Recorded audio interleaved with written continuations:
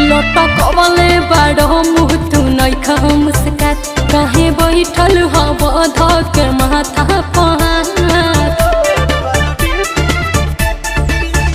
लटकवले बाड़ो मुँह तू नइखा मुस्कात काहे बैठल हब धके माथा पहाड़। अरे ऑनलाइन लो अब न करब गम में डूबल बानी धोखा खा के।